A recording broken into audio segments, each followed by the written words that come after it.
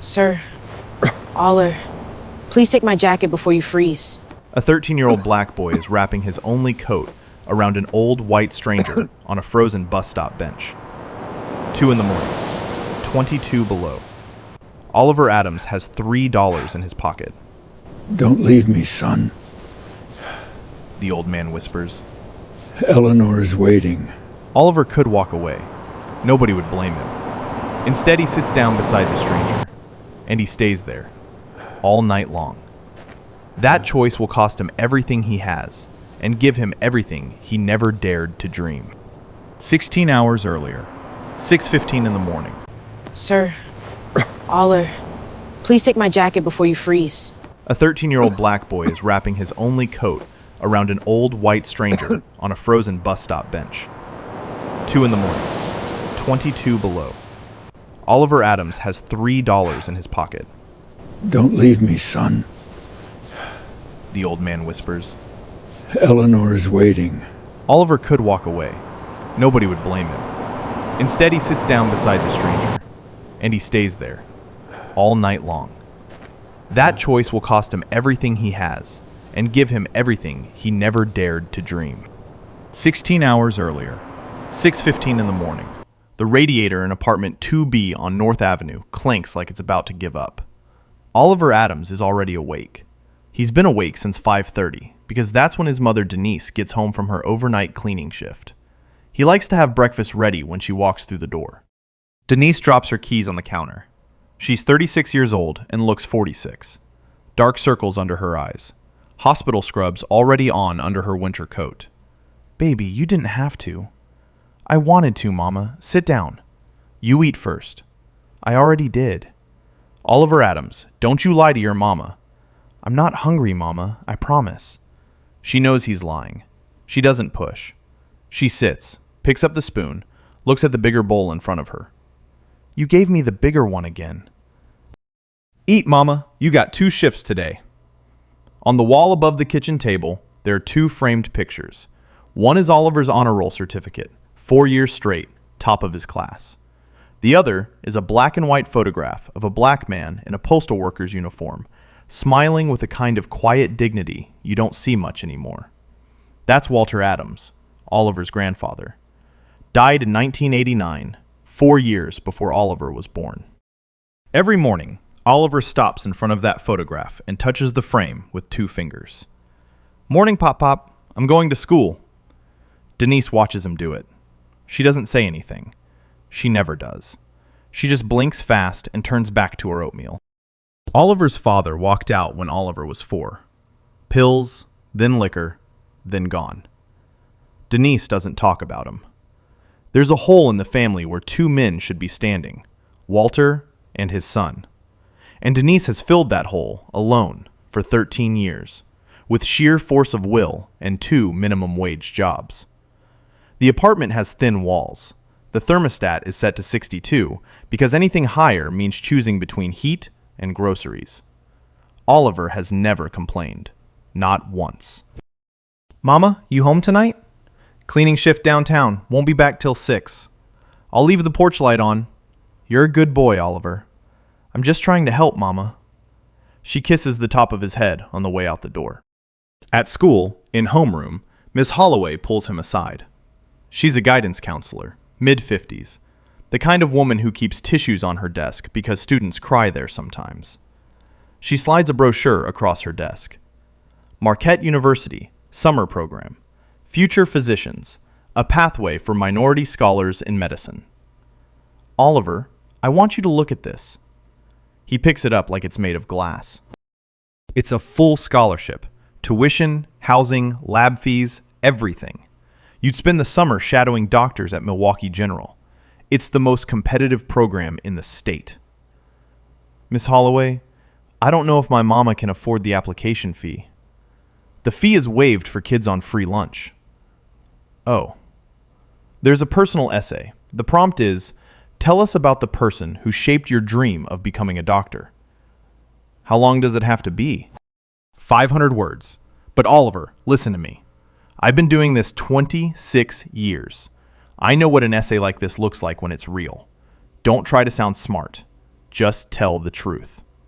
Can I take this home? It's yours, sweetheart. He folds it carefully and puts it in the inside pocket of his backpack, the one with the zipper, where his mother taught him to keep things that matter. Walking home that afternoon, snow starting to fall, Oliver thinks about the essay. He has never met his grandfather. He knows him only through one photograph and his mother's stories. Walter Adams worked the same postal route for 30 years. He coached a youth football team on weekends. He came home one Tuesday in May of 1989, sat down in his armchair, and had a heart attack. He was rushed to Milwaukee General. The doctors operated. 11 hours of surgery. They got him through. Then, 2 days later, a blood clot took him in his sleep. Oliver's grandmother used to say one thing over and over until the day she died. The doctor tried, baby. He tried so hard. Some things just aren't God's plan. Oliver doesn't remember his grandmother either. She died when he was 6. But he remembers the words. The doctor tried. That's why Oliver wants to be a doctor. Not for the money, not for the title. He wants to be one of the people who tries, who walks into a room when nobody else will, who stays when the news is bad. He hasn't told anyone this, not even his mother. At 8:30, he heads to the public library on North Avenue with his notebook and the brochure. The library closes at 9. He stays until they kick him out. He has half a page written. None of it sounds true enough. He steps out into the cold, walks to the bus stop, pulls his thin jacket tighter around his shoulders. The 9:42 bus to Sherman Park is the last one. Oliver doesn't know it yet, but that bus isn't coming. 10 o'clock at night. The digital sign at the bus stop blinks once, twice, then changes. Route 21. Service suspended. Next bus, 5:50 a.m. Oliver reads it 3 times. He pulls out his phone, calls the transit hotline. A robotic voice tells him what the sign already said. Due to weather conditions on the line, all overnight Route 21 service is canceled. We apologize for the inconvenience. He hangs up, stands there in the cold. His apartment is 4 miles north. He has no money for a rideshare. His mother is locked inside an office tower downtown for the next 8 hours, and her rule is iron. Never call me at work unless someone is bleeding. The wind picks up. The snow is starting to come down sideways. Oliver tucks his chin into his jacket and starts walking. He makes it half a block. That's when he sees the old man. The old man is shuffling out of the alley between the dry cleaner and the closed-down pharmacy. Wool overcoat. Expensive, but not buttoned. No hat, no gloves. He's walking like a man who used to know where he was going and forgot halfway through. He gets to the bus stop bench. He sits down hard. He looks around. Lost. Oliver pauses on the sidewalk. He should keep walking. 4 miles, the snow, his mother waiting. Then he hears the old man speak. Eleanor. Eleanor, where did you go? Oliver turns around.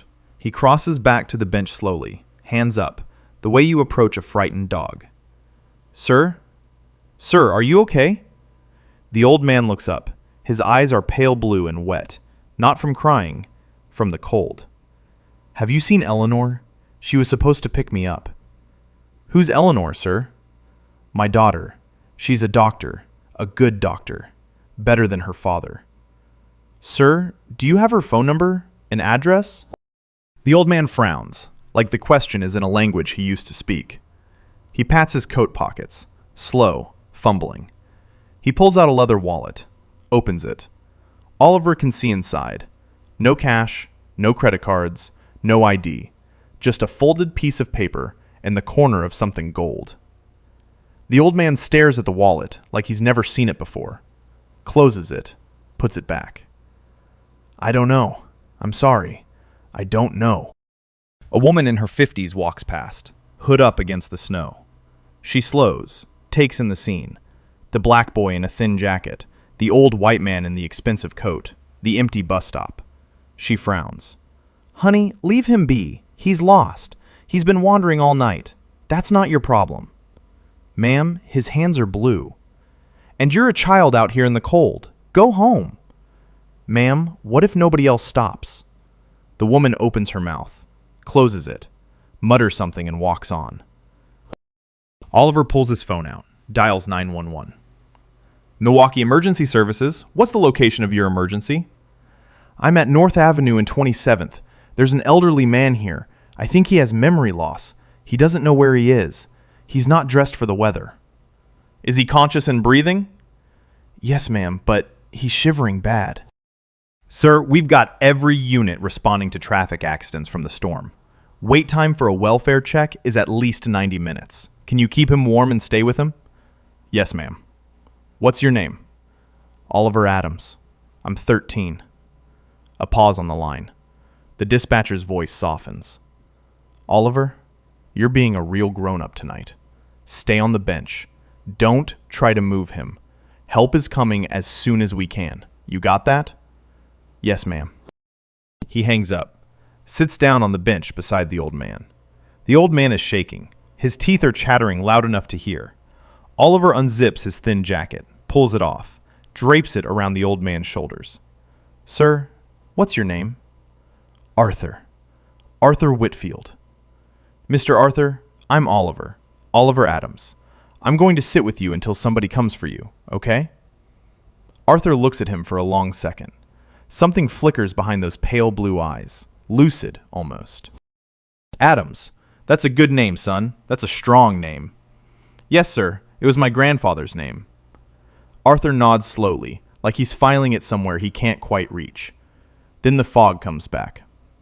Eleanor is waiting for me. I need to get home. I know, Mr. Arthur. We'll get you home. I promise. Oliver pulls out his phone and texts his mother. Mama, I'm okay. I'm with someone who needs me. I'll explain later. Don't worry. I love you. He turns the ringer off, slips the phone into his pocket. He doesn't know it yet. He has just walked into the most important night of his life. 11:15 at night. The temperature has dropped another 4 degrees. Oliver can see his breath in clouds. Arthur's breath comes shallower, in short white puffs. Mr. Arthur, talk to me. Tell me about Eleanor. Eleanor, my girl. She does hearts. She does what, sir? Hearts. The hearts. She fixes them, like her father used to. Oliver files that away, doesn't push it, just keeps Arthur talking. What's your favorite thing about her, Mr. Arthur? Arthur's face softens. Stubborn, just like her mother. Won't take no for an answer. Once she was 8 years old, and a boy at school called her ugly. She broke his nose. Oliver laughs. A real one. Arthur laughs too, weakly, then coughs. My grandfather sounds like he was stubborn too, sir. Mama says he carried mail through every blizzard Milwaukee ever had. A good man. A mailman? Yes, sir. 30 years on the same route. That's a good man, Oliver. That's a fine man. 12:15 in the morning. Arthur's shivering changes. It's not the loud, chattering kind anymore. It's a deeper tremor, coming up from his chest. Oliver remembers something from a health class. When the body stops shivering hard, that's when it's losing the fight. Mr. Arthur, stay with me. Keep your eyes open. Tired. So tired, son. I know, sir, but I need you awake. Tell me about your wife. My Margaret. Gone 6 years now. She used to make peach cobbler on Sundays. The whole house would smell like summer. That sounds nice, sir. It was. Oh, it was. Arthur's head sags onto Oliver's shoulder. Oliver doesn't move. He puts his arm around the old man's back, pulls him closer, lets his own body heat into the wool coat. Then something strange happens. Arthur's hand finds Oliver's wrist. The old fingers settle into place against the artery. They press, hold, count. Oliver freezes. 68. Good pulse. Good boy. Good boy. Sir, how did you know how to do that? But Arthur's eyes are already fogging again. He doesn't answer.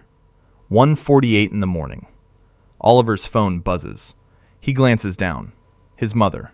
5 missed calls. He has to pick up or she'll come hunting for him. He answers low, almost a whisper. Mama? Oliver Matthias Adams, where are you? I'm at the bus stop on North and 27th. The bus got canceled. Mama, listen. Listen? You listen. I'm leaving work right now. Mama, there's an old man here. He has memory problems. He's gonna freeze to death if I leave. I called 911. They said 90 minutes. That was an hour ago. A long silence. Oliver can hear his mother breathing. He can hear a vacuum cleaner running in the background of her workplace. Baby, is he safe? He's nice, Mama. He's just confused. His name is Arthur. He keeps asking for his daughter. Are you warm? I gave him my jacket. Oliver. Mama, please. Don't make me leave him. He doesn't have anybody else. Another silence. Then she exhales. Soft. The way she exhaled the day he brought home his first report card with all A's. You sit tight. You keep him alive. You hear me? And if anything feels wrong, anything, you call me back this second. I'll come. I'll lose this job and I'll come. Understood? Yes, Mama. I love you, baby. I love you too, Mama. 2 a.m. Arthur is barely talking now. Oliver looks down. The old man's feet. Thin leather dress shoes. No socks visible above the leather. Oliver reaches down, gently lifts a pant leg. Bare ankle. Skin like wax paper. White. Almost blue. Oliver doesn't think. He kicks off his sneakers, peels off his thick wool socks. The warm ones his mother bought him last week, the only good ones he owns. He kneels down on the icy concrete. He works Arthur's stiff shoes off, slides his own warm socks onto the old man's feet, puts the dress shoes back on. He puts his sneakers back on his own bare feet. Then he sits back down, catches his breath. The cold is in his bones now. He pulls out his wallet. Inside, behind his school ID, is a small black and white photograph. Folded once, soft at the edges from being touched. Walter Adams in his postal uniform. Oliver looks at it for a long moment. Then he looks at Arthur, then back at the photograph. He speaks very quietly. He's not even sure Arthur can hear. Mr. Arthur, this is my grandfather. His name was Walter Adams. I never got to meet him. He died before I was born. Arthur's eyes don't open, but his head tilts, just slightly, listening. Mama says he was the kindest man. She says he used to give his own lunch away to kids on his route who didn't have one. Sometimes I think, if I could have just one night to sit with him, I'd give up a lot for that. Oliver folds the photograph carefully and slides it into the inside chest pocket of Arthur's wool coat. Pats the pocket once, right over Arthur's heart. You're not my pop-pop, but tonight, I'm gonna sit with you the way I'd sit with him, okay? Arthur doesn't answer, but his hand finds Oliver's again, squeezes once. Let's go. Across the street, on top of a closed convenience store, a small security camera blinks red in the dark. It records everything. 3 a.m. Arthur stirs, murmurs, names tumbling out in the fog. Walter, hold on. The bleeding. I've got it, Walter. Stay with me. Oliver's breath catches. Walter. He tells himself it's a common name. It has to be a common name. Lots of men named Walter. Lots and lots. But his hands have gone cold in a different way now. Mr. Arthur, who's Walter? I tried. Tell his boy I tried. Sir, what?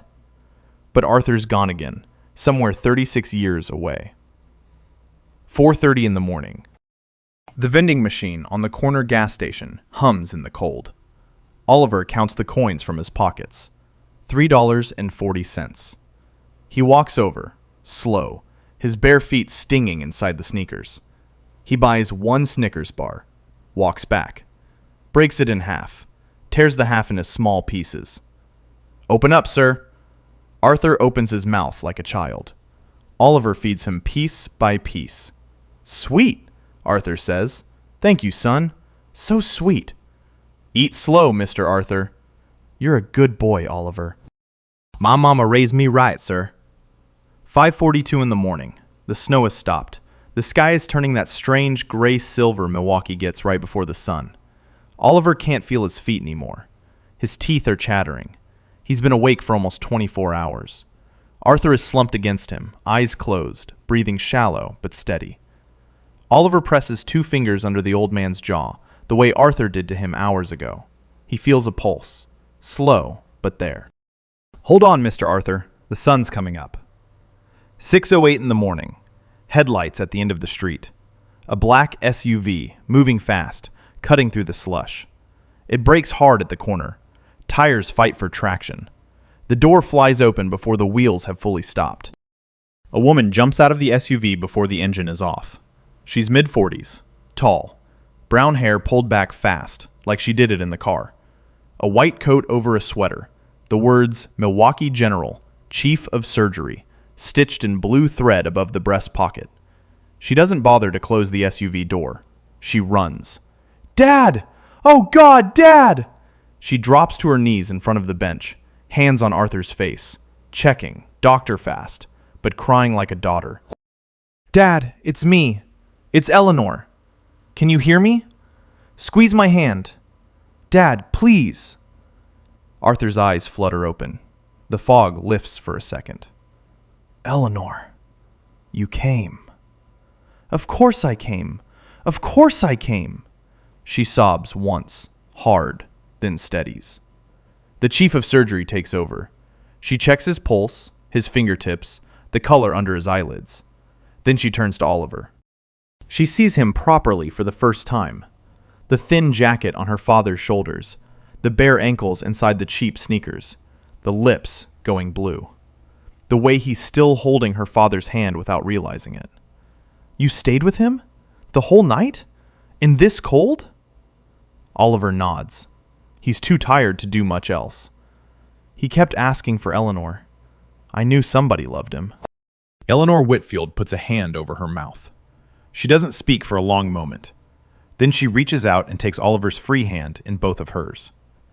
You're 13 years old, and you showed more humanity in one night than this entire city. What's your name, sweetheart? Oliver. Oliver Adams.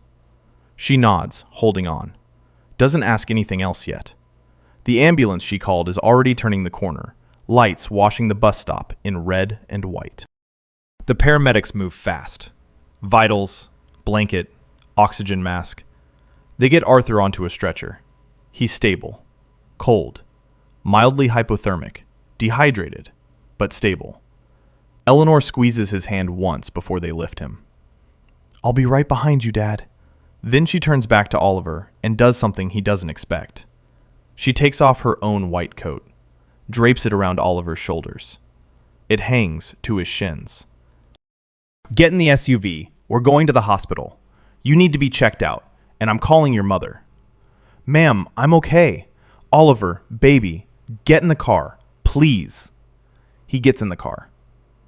At Milwaukee General, 20 minutes later, Oliver is in a warming blanket in a small ER bay, an IV of warm saline in his arm.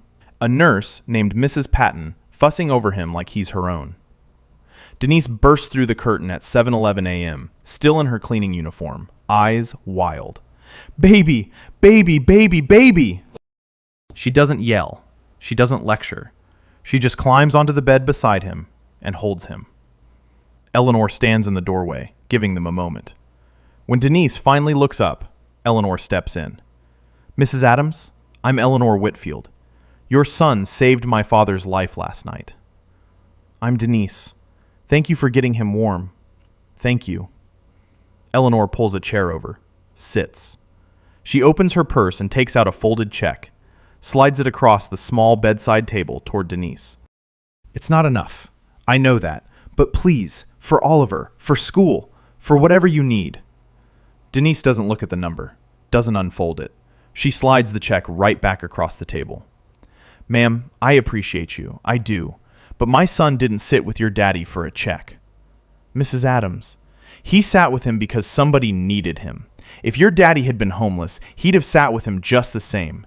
That's how I raised him, and I'm not about to teach him different now. A long beat. Eleanor folds the check away. Slowly. Almost reverent. I understand. I'm sorry, Mrs. Adams. That was clumsy of me. Eleanor stands. She looks at Oliver, then at Denise. Her eyes are wet. Can I come see you tomorrow? Just to talk. No checks, no offers, just to talk. Denise nods.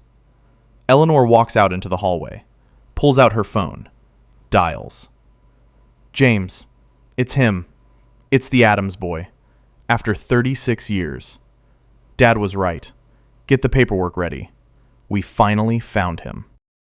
3 days later, Oliver wakes up to the smell of bacon. Real bacon.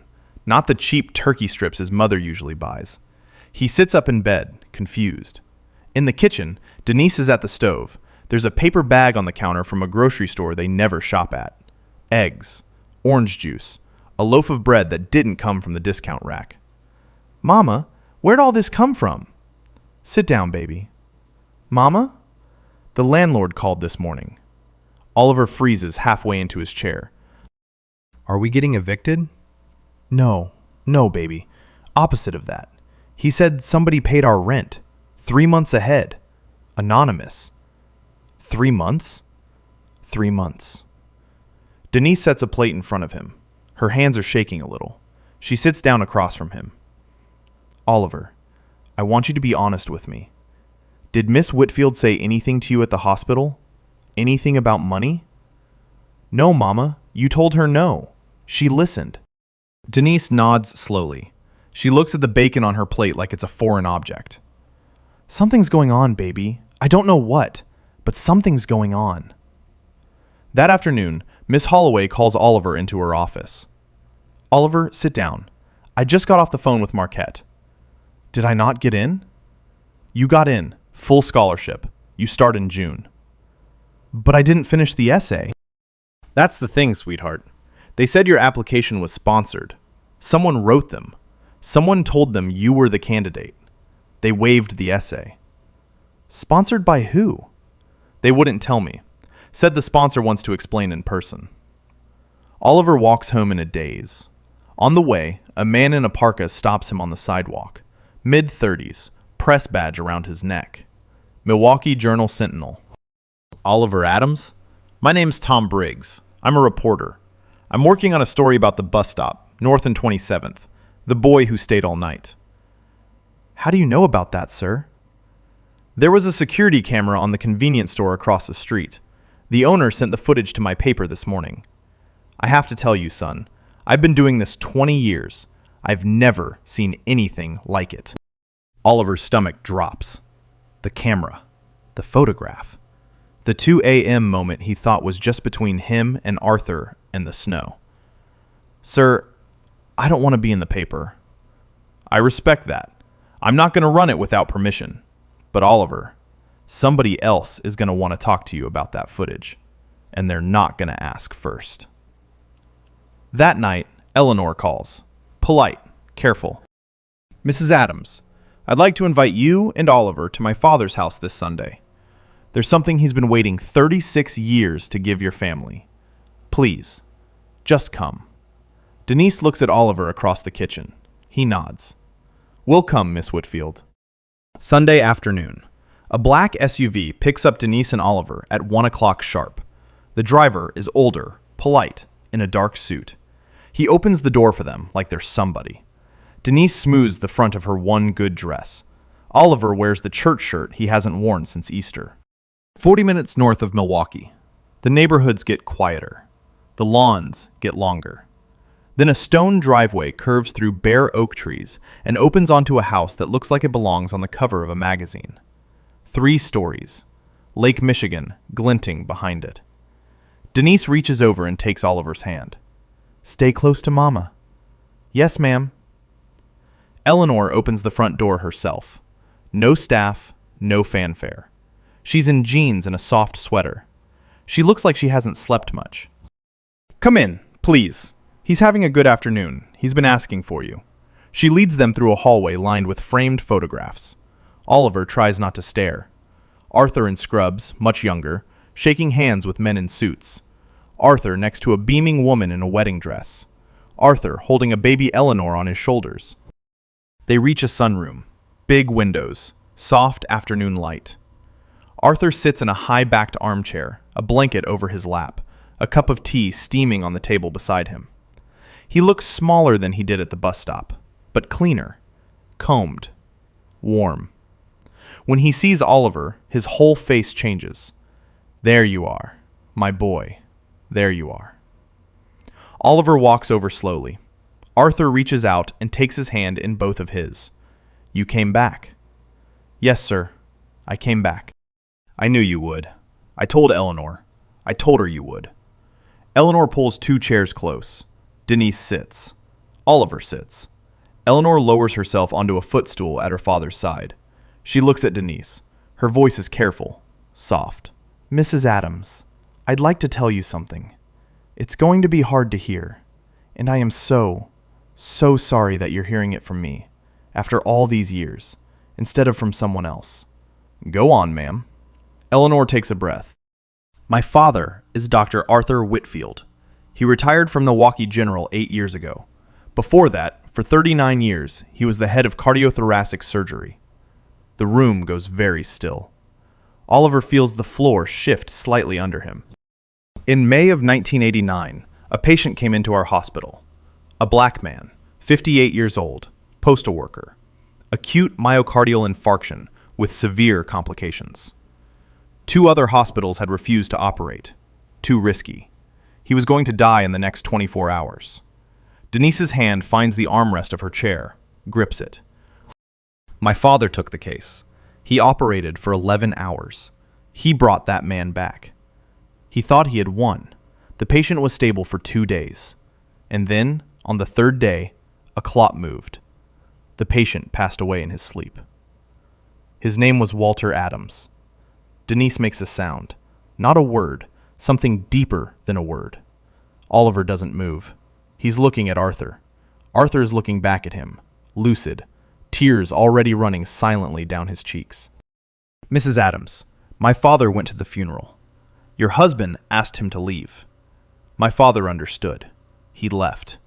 But he never let go. He came home that night and he told my mother, I have to do something. I have to find a way to do something. Eleanor reaches into her cardigan pocket and pulls out a folded piece of paper. The edges are yellow with age. She hands it to Denise. This is a letter my father wrote in June of 1989. He never sent it. He kept it in his desk drawer for 36 years. Denise unfolds it with shaking fingers, reads. Her eyes fill. He wrote, To the family of Walter Adams, I did not save your husband. I did not save your father. I have no right to ask anything of you, but if a child of yours ever wants to study medicine, I will pay for every dollar of it. That is the smallest debt I can name. Arthur Whitfield, M.D. Denise puts the letter down, both hands over her face. She cries without sound, the way mothers cry when there are children in the room. Oliver stands up slowly. He walks across the sunroom to Arthur's chair. He kneels down in front of the old man, their knees almost touching. He reaches into his back pocket and pulls out the folded black and white photograph, the one he had slipped into Arthur's coat at 2 a.m. Eleanor had found it, returned it. He holds it up so Arthur can see.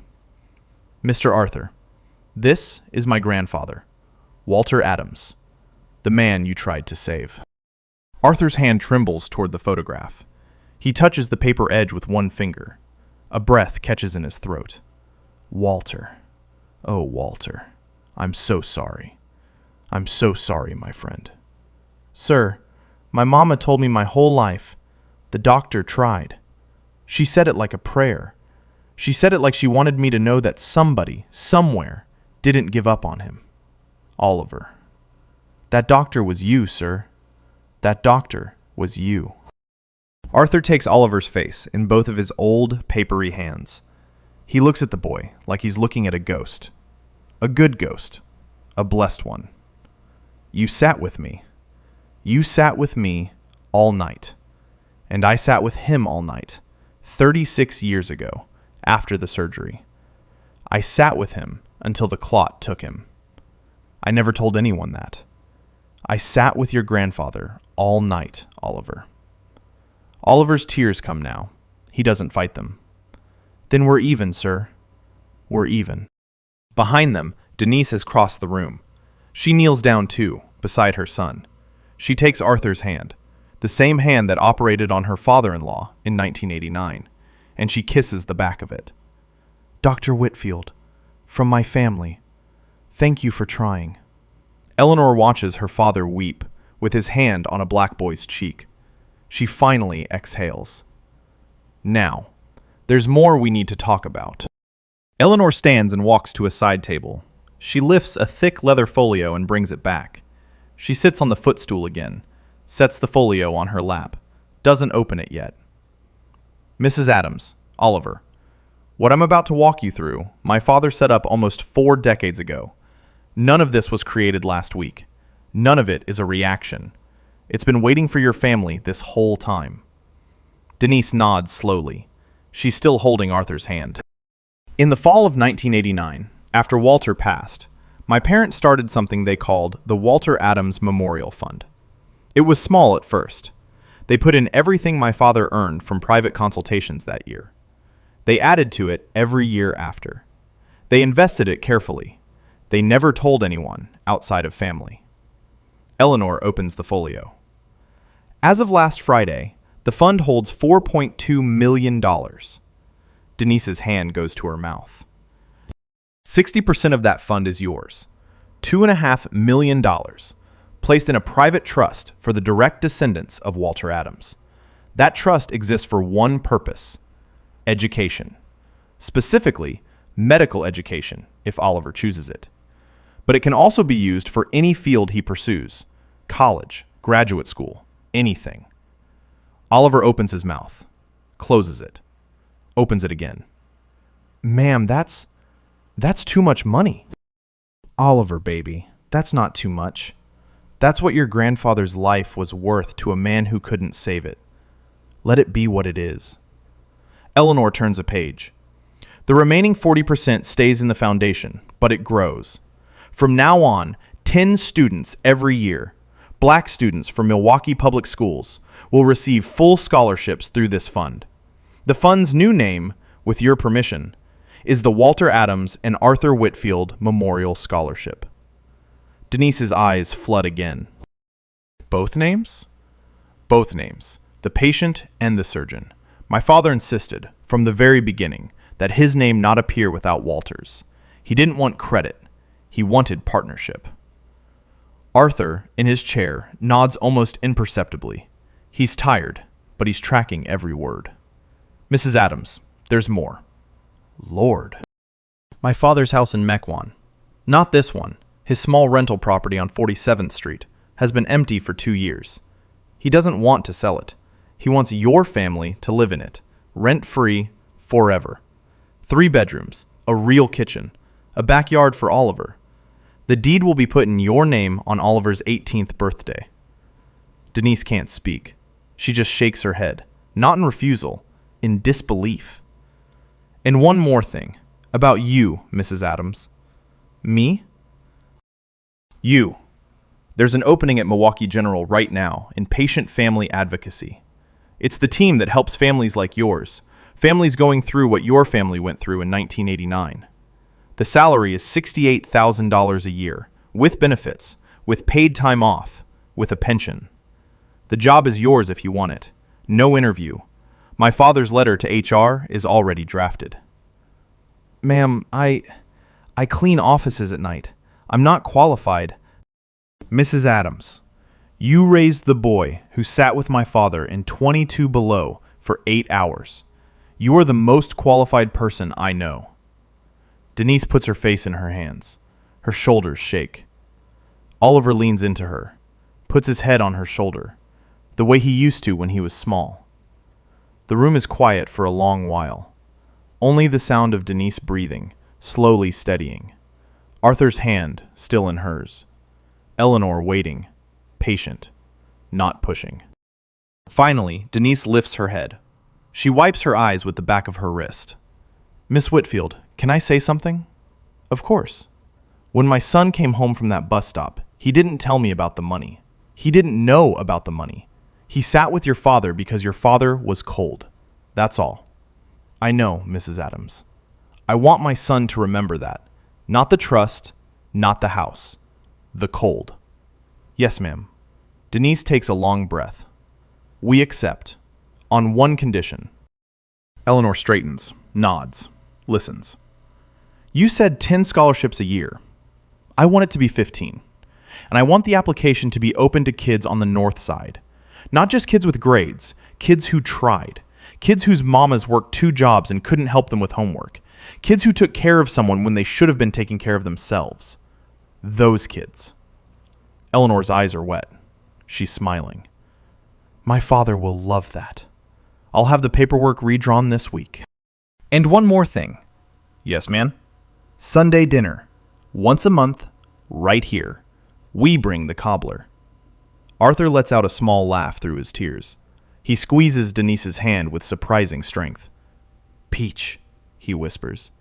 Make it peach, like my Margaret used to. Dr. Whitfield, I will make you peach cobbler every Sunday for the rest of your life, if that's what you want. Arthur smiles. The fog clears in his eyes one more time. Walter, your daughter-in-law is a good woman. Your grandson is a fine boy. I held them, my friend. I finally held them. Oliver is crying again. So is Denise. So is Eleanor. So is the old man. After a long moment, Oliver stands up. He walks back over to Arthur's chair. He doesn't kneel this time. He bends down and wraps his arms around the old man's shoulders, careful and gentle, the way you hold something fragile and irreplaceable. Mr. Arthur, thank you for trying to save my pop-pop. Thank you for sitting with me, Oliver. Thank you for sitting with me. Outside, snow is starting to fall again over Lake Michigan. Soft, gentle, the kind of snow that doesn't hurt anybody. Eleanor stands by the window and watches it come down. She lets herself, for the first time in a very long time, feel something close to peace. 6 months later, Milwaukee in late spring. The Walter Adams and Arthur Whitfield Memorial Scholarship holds its first award ceremony in the auditorium of Milwaukee General Hospital. 15 black students from the north side stand on a stage in cap and gown style robes loaned for the night. Each one of them is the first in their family to be told that medical school is possible. Denise Adams sits in the front row in a navy blue dress she bought for the occasion. Beside her, Eleanor Whitfield in a charcoal suit. Beside Eleanor, in a wheelchair now, but lucid this evening, Arthur Whitfield, in a tie his daughter knotted for him that morning. His hand rests on Denise's wrist the whole ceremony, like he's afraid she might disappear. When Oliver walks up to the podium to speak, the room goes quiet. My grandfather, Walter Adams, delivered mail in this city for 30 years. He never got to meet me. He died in this hospital in 1989. The man who tried to save him is sitting in the front row tonight. Dr. Arthur Whitfield. Mr. Arthur, stand up. I mean, sit up. You know what I mean, sir. The audience laughs through their tears. Arthur lifts a trembling hand and waves. 6 months ago, I sat with him at a bus stop. I didn't know who he was. He didn't know who I was. We were just 2 cold people on a bench. But somehow, between the 2 of us, we paid back a debt that was 36 years old. I don't understand it. I don't think anybody is supposed to understand it. I just think we're supposed to be grateful. He looks at the 15 scholars on the stage behind him. To these 15, keep going. Somebody is going to sit with you when you need it most. Just make sure, when it's your turn, you sit with somebody else. The ovation lasts almost a full minute. Headlines come fast after that. Milwaukee Journal-Sentinel, The Bus Stop Boy and the Surgeon, a story 36 years in the making. CBS This Morning, How One Cold Night Healed 2 Families Across 3 Generations. Good Morning America sends a producer to Milwaukee for a feature. Oliver agrees to one interview. Only one. With a local black reporter named Cheryl Mosley, who comes to the new house on 47th Street and sits at the kitchen table and asks his mother for permission first. The new house. 3 bedrooms, a backyard, a real kitchen with a window over the sink. Denise grows tomatoes in pots on the back porch. She quit both her old jobs the day after Sunday dinner at the Whitfield house. She started at Milwaukee General as a patient family advocate the following Monday. On her first day, Eleanor walked her to her new desk. On the desk sat a small, framed photograph that Eleanor had asked the family for permission to display. Walter Adams in his postal uniform. In Arthur's home library, on a shelf next to the medical journals, sits a different photograph now. 2 of them, side by side in a single brass frame. On the left, Walter Adams, smiling in 1989. On the right, Oliver Adams, smiling in 2025 at a science fair, holding a blue ribbon. The scholarship grows. By the end of its first year, 15 students becomes 20. By the end of the second, 20 becomes 30. A donor in Chicago hears about the story and adds $1 million. A retired surgeon in Cleveland adds another $500,000. The Walter Adams and Arthur Whitfield Memorial Foundation incorporates as a 501c3. Eleanor chairs the board. Denise serves on it. So does Ms. Holloway from Oliver's old school.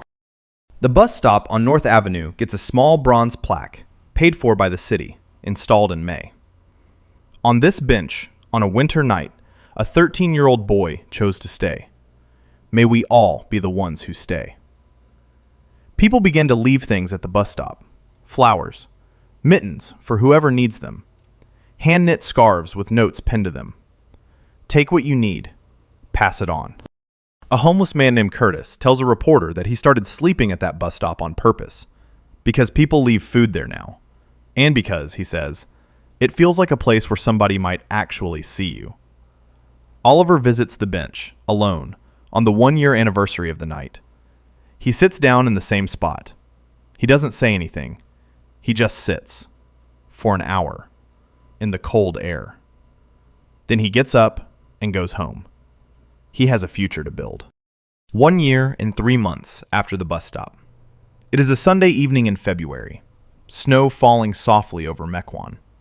The dining room at the Whitfield house is warm with the smell of peach cobbler, the way it has been one Sunday a month, every single month, since that first conversation in the sunroom.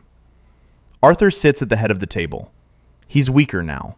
His good days come less often, but tonight is one of them. Tonight, his eyes are clear. Tonight, he knows where he is and who is with him. Denise places a bowl of cobbler in front of him. Dr. Whitfield, hot from the oven, the way you like it.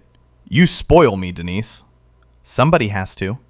Oliver, 14 now, taller by 3 inches, sits beside Arthur. He's wearing a stethoscope around his neck. Arthur gave it to him last month. It's the same stethoscope Arthur carried for 40 years. Mr. Arthur, I have something to tell you, sir. What is it, son? I shadowed a heart surgery this week. At the hospital. Dr. Patel let me stand in the OR. I watched the whole thing. From the first cut to the last stitch. 11 hours. Arthur's eyes fill. He reaches over and squeezes Oliver's hand. 11 hours. Just like your grandfather's surgery. Yes, sir. The patient lived, Mr. Arthur. The patient went home. Arthur nods slowly. A tear slides down his cheek. That's the work, Oliver. That's the whole work. We try. Sometimes we win. Sometimes we don't. But we always try. After dinner, Denise drives Oliver home through gentle snowfall. They pass the bus stop on North Avenue. The bronze plaque catches the streetlight. There's a small pile of mittens on the bench tonight, a scarf folded on top, a handwritten note weighted down by a stone. Oliver asks his mother to pull over for a minute. He walks to the bench, reads the note.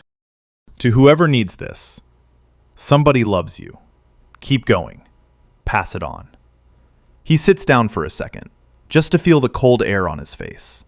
Then he gets back in the car. You okay, baby? Yes, Mama, I'm okay.